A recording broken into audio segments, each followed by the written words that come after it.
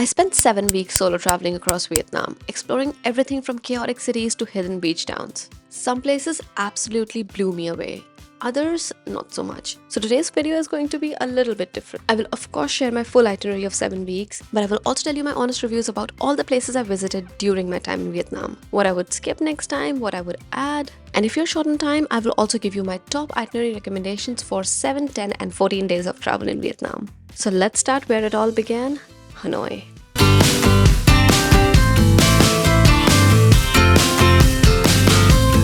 Hanoi is usually the first stop in almost every person's Vietnam itinerary, so it was mine as well, and at first I wasn't sure how I felt about it. It was loud, chaotic, and the traffic was really insane. But here's the thing, I really did not want to spend 8 days in Hanoi. I had to spend 8 days because I got stuck in a typhoon, which made me stay longer, and because I stayed longer, I kind of fell in love with the city. It kind of grows on you. The street food is unreal. There's so much to try. Bun cha, banh mi, pho, egg coffee. I could eat here forever. I was literally trying one thing every single day. But the constant honking and pollution can get a little overwhelming, so I think I would give it 7 out of 10. I do have a detailed video about Hanoi, so check it out right here.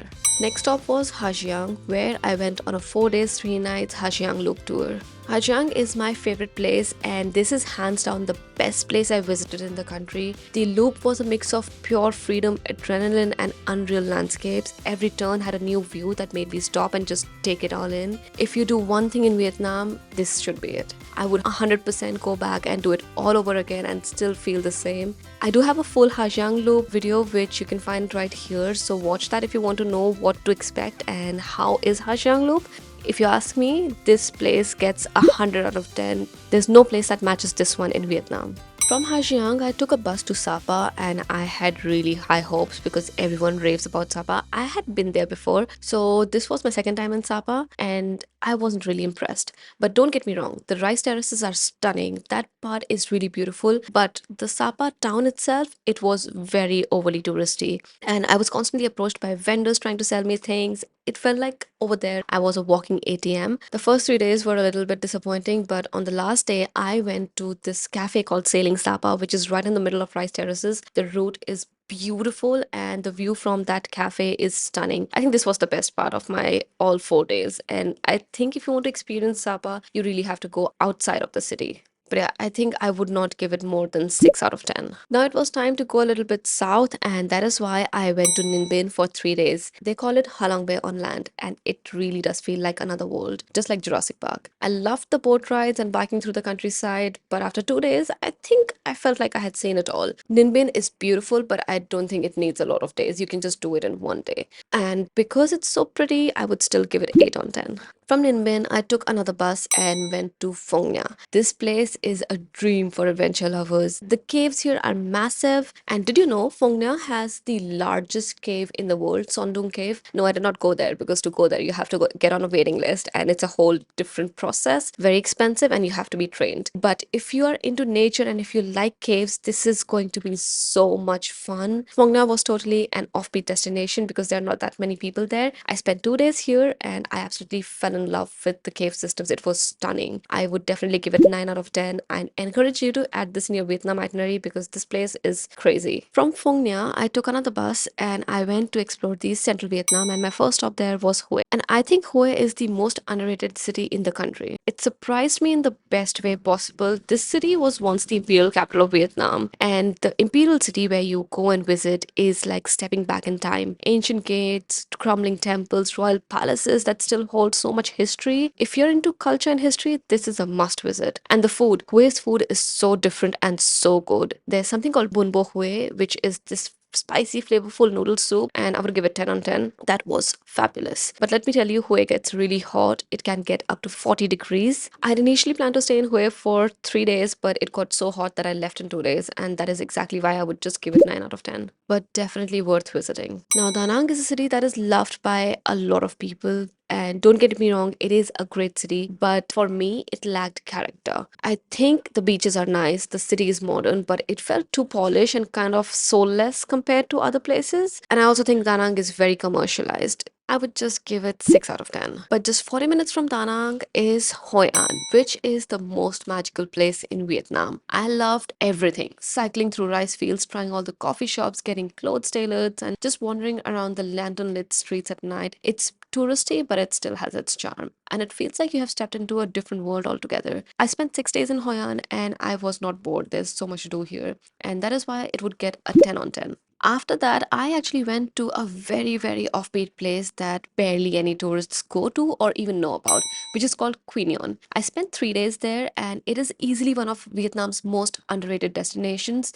As I said, barely any tourists, the beaches are stunning, and I had some of the best seafood and local food. If you're looking for an off the beaten path coastal town, Quy Nhon is the one. Quy Nhon was a really pleasant surprise because I was very shocked to see how these places are not discovered by tourists. The only drawback in Yunnan is that because it's not touristy, you have to have a motorbike to get around and see all the amazing places, and which is why I think it deserves a 9 on 10. After that, I went to Nha Trang, even though so many people told me don't go there because it is very touristy, but I understand why people like Nha Trang. It is a resort town. It's not like a very real Vietnamese city. It's great for nightlife, a vacation, apart from staying in a five-star resort or a hotel. There's not much to do in Nha Trang. If you're there just for vacationing, maybe you would like Nha Trang. I liked the time I spent there, but I may not go back. And out of all the places I visited in Vietnam, this was my least favorite. So that's why I give it a 5 out of 10. And then I went to Dalat, which was such a beautiful destination. It's located in the south central highlands of Vietnam, and it's a completely different world. Unlike any other city in the country, Dalat was a dream. The weather was cold, the landscapes are beautiful, and the best coffee culture in the country. If you love nature and a slower pace, you'll love it here.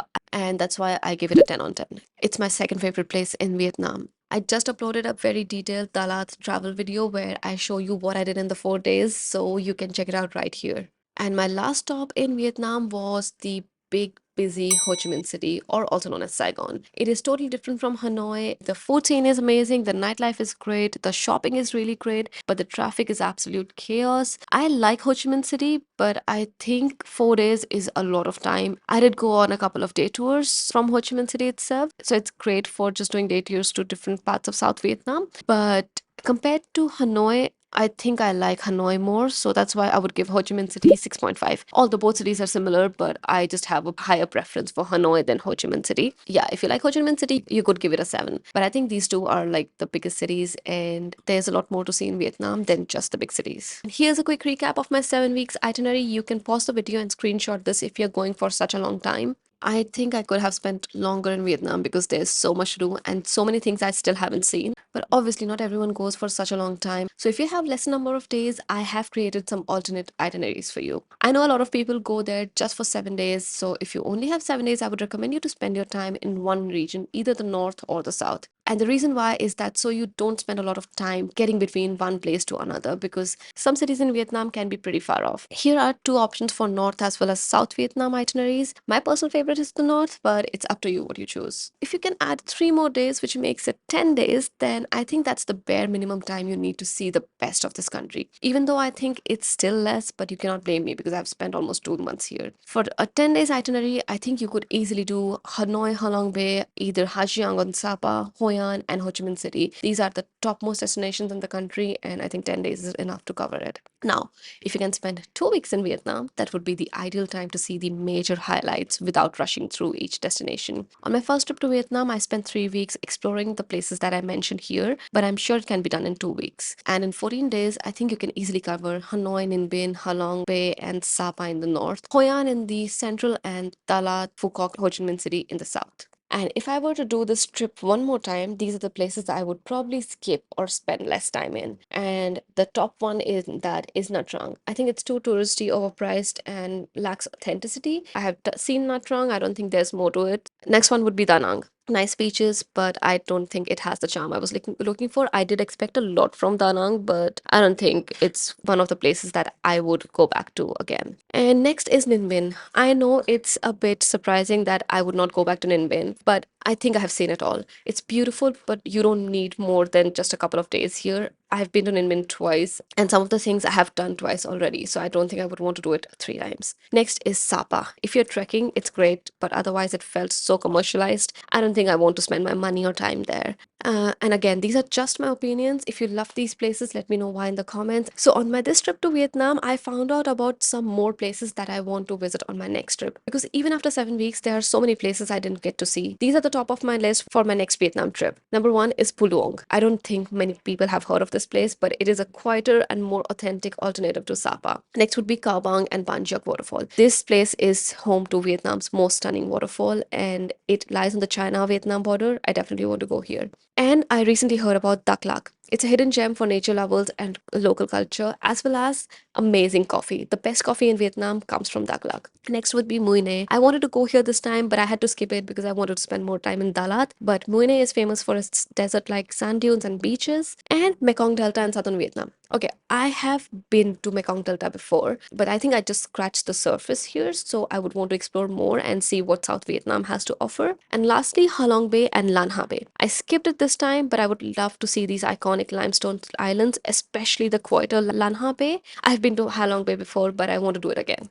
And lastly, Vietnam was an unforgettable experience, and I would do it all over again in a heartbeat. I love the country, I love the people, I love the food. It's so affordable, and you can easily spend months exploring this country. There's so much this place has to offer. If you're planning your own trip, I hope this video helped. Let me know in the comments where would you go first. And if you want to know how to plan your Vietnam trip, then check out this first timers guide to Vietnam video that has every single information you might need for your own trip.